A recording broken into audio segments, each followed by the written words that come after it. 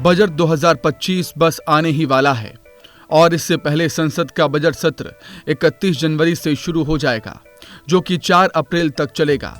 इस बार हमारी वित्त मंत्री निर्मला सीतारमण जी अपना 8वां बजट पेश करने जा रही हैं और इस वीडियो में हम चर्चा करेंगे कि इस बजट से क्या कुछ बड़े बदलाव हो सकते हैं और आम जनता, विशेषकर मध्यम वर्ग और किसानों के लिए सरकार क्या खास कदम उठा सकती है।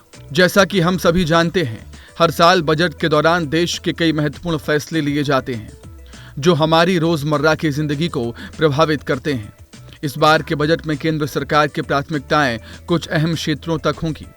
वित्त मंत्री ने इस बार कृषि, रोजगार, सोशल जस्टिस, मैन्युफैक्चरिंग, ऊर्जा, शहरी विकास और इंफ्रास्ट्रक्चर को लेकर कई संकेत दिए हैं।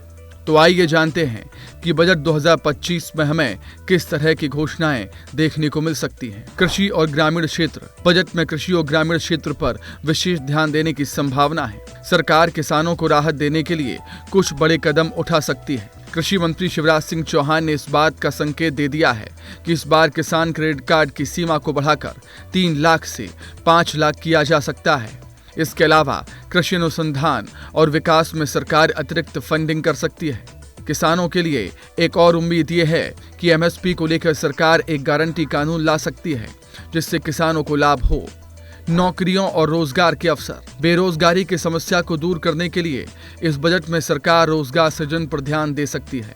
एम्प्लॉयमेंट जनरेशन, खासकर ग्रामीण इलाकों में, और युवाओं के लिए स्किल डेवलपमेंट के लिए कई योजनाओं की घोषणा हो सकती है। मध्यम वर्गीय परिवारों को राहत। इस बार के बजट में मध्यम वर्गीय परिवारों के लिए कुछ राहत मिलने की उम्मीद है।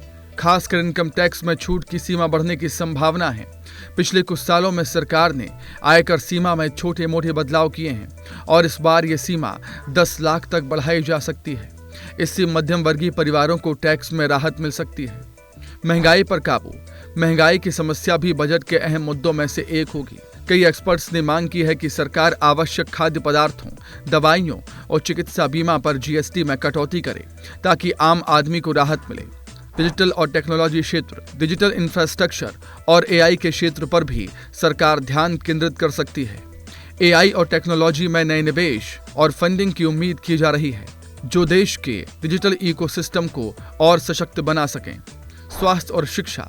स्वास्थ्य के क्षेत्र में विशेष सुधार देखने को मिल सकते हैं। अस्पतालों में इलाज को सस्ता बनाने के लिए चिकित्सा उपकरणों पर जीएसटी दर को घटाने और आयात शुल्क को कम करने की संभावना जताई जा रही है। इसके अलावा शिक्षा के क्षेत्र में भी जीएसटी दरों में कटौती हो सकती है, जिससे शिक्षा की लागत कम हो। रेलवे और इंफ्रास्ट्रक्चर। रेलवे क्षेत्र के लिए भी इस बजट में कुछ बड़े ऐलान हो सकते हैं। रेलवे की सुरक्षा और इंफ्रास्ट्रक्चर में सुधार के लिए अधिक आवंटन हो सकता है। वंदे भारत ट्रेन को लेकर भी सरकार नए फैसले ले सकती है। इसके अलावा ग्रामीण इलाकों में सड़क नेटवर्क को बेहतर बनाने के लिए बजट में बड़ा ऐलान हो सकता है। अब बात करते हैं उन विशेष मांगों की जो विभिन्न सेक्टर से सरकार से की जा रही हैं। बीमा उद्योग। बीमा क्षेत्र में कुछ बड़े सुधार हो सकते हैं। बीमा कंपनियों को दीर्घकालिक पूंजी और नए नीतिगत आवंटन के जरिए बढ़ावा दिया जा सकता है। एफएमसीजी कंपनियों ने सरकार से मांग की है कि ग्रामीण क्षेत्रों में खपत बढ़ाने के लिए योजनाएं लाई जाएं।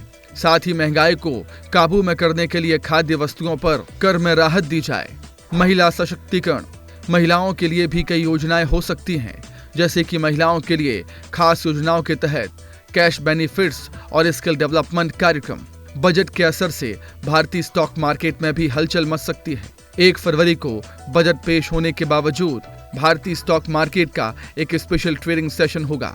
इस बार स्टॉक मार्केट पर ध्यान रहेगा क्योंकि कई उद्योगों की उम्मीदें इस बजट से जुड़ी हुई हैं। तो दोस्तों, बजट 2025 में उम्मीद की जा रही है कि सरकार कुछ बड़े कदम उठाएगी जो देश की आर्थिक स्थिति को मजबूती दे सकते हैं। कृषि से लेकर उद्योगों और मिडिल क्लास तक सभी सेक्टर्स के लिए कुछ न कुछ घोषणाएं हो सकती हैं। बजट 2025 के बारे में और भी अपडेट्स के लिए हमारे साथ जुड़े रहिएगा।